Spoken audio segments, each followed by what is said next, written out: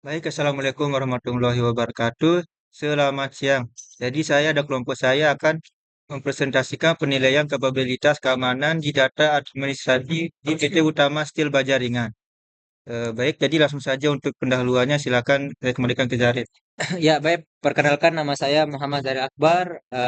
Saya di bagian pendahuluan yang pertama itu ada latar belakang yang dimana di era digitalisasi ini pemanfaatan teknologi informasi menjadi bagian penting dalam mendukung aktivitas bisnis, termasuk pada sektor industri manufaktur.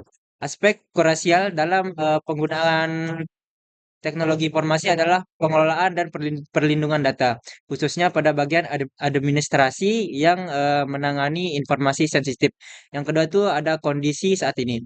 Yang pertama itu PT Utama Stel Baja Ringan menggunakan sistem informasi berbasis localhost untuk administrasinya. Backup data transaksi dilakukan setiap hari dalam bentuk file Excel yang disimpan secara manual ke media internal seperti hard disk. Yang ketiga itu ada tujuan penelitian, yang dimana kita mengetahui sejauh mana penerapan keamanan data administrasi tersebut di PT Utama Stel Bajaringan sesuai dengan prinsip-prinsip dalam domain DSS 05 COVID 2019 serta mengidentifikasi hal-hal yang diperlukan dan ditingkatkan. Dan untuk metodologi penelitiannya yang dimana kita menganalisis tata kelola keamanan atau perusahaan menganalisis tata kelola keamanan dalam sistem informasi administrasi pada PT Utama Stel Bajaringan dengan menggunakan framework COVID 2019 khususnya domain DSS 05 dalam kurung itu Managed Security Service.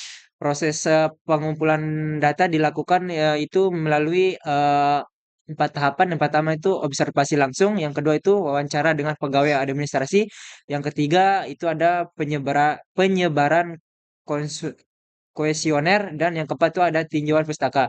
Eh, yang tabel di sebelahnya itu bisa dilihat. Ini adalah langkah-langkah untuk pembuatan laporan tersebut. Ya, sekian dari saya. Ini ada teman saya yang mau melanjutkan. Baik, untuk kapasitas penilaian, yang pertama ada capability level. Dalam COVID 2019, capability level menunjukkan sejauh mana suatu proses telah diimplementasikan dan berjalan secara efektif dalam organisasi, mulai dari level 0 hingga level 5.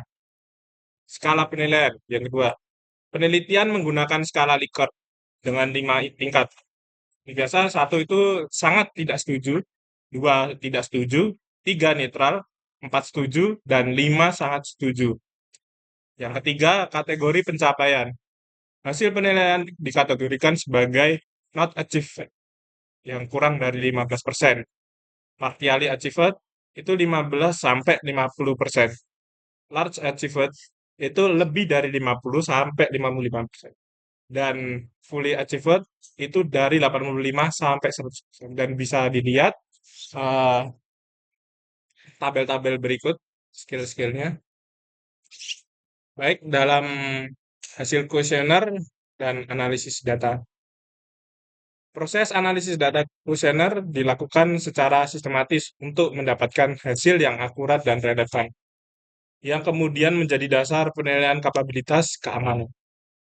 Untuk penyebaran kuesioner itu disebarkan kepada pegawai administrasi untuk mengumpulkan data mengenai implementasi keamanan. Dan selanjutnya untuk pengumpulan data, ada data yang telah kemudian dikumpulkan dan diverifikasi kelengkapannya. Ada analisis data dan data diolah dan dianalisis menggunakan metode kuantitatif berdasarkan skala Likert.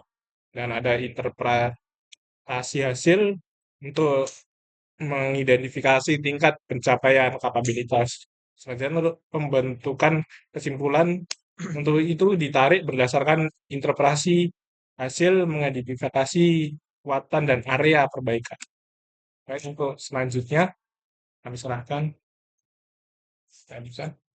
Oke, berikut adalah hasil kuesioner menunjukkan bahwa semua indikator menambahkan nilai maksimal, yang berarti untuk pengendalian akses, perlindungan data, dan backup, telah dilakukan dengan sangat baik.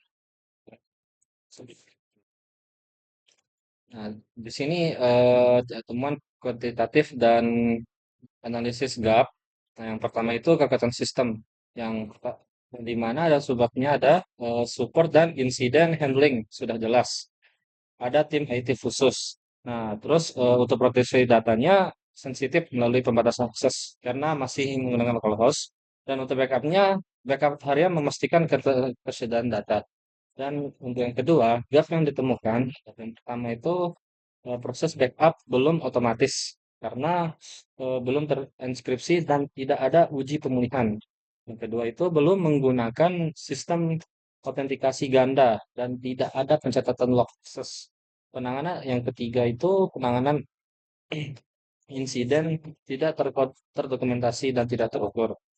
Yang keempat, proses perbaikan bersifat reaktif tanpa pemindaian atau jadwal perbaikan rutin. Dan yang terakhir, tidak ada visibilitas real time terhadap aktivitas atau ancaman sistem karena menggunakan localhost.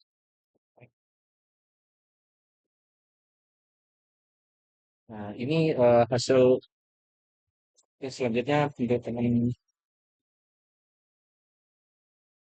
Baik, kembali lagi ke saya. Jadi, sini ada beberapa rekomendasi perbaikan dari kami, yaitu pertama itu ada manage backup. Akhirnya kami menyarankan untuk mengimplementasikan sistem backup otomatis dan terenkripsi menggunakan perangkat khusus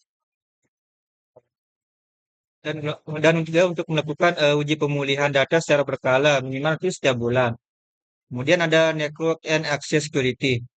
Nah, kami sarankan untuk menerapkan role based access control RBAC di sistem aplikasi. Kemudian aktifkan autentikasi ganda seperti yang kebanyakan gunakan aplikasi sekarang. Kemudian ada security incident.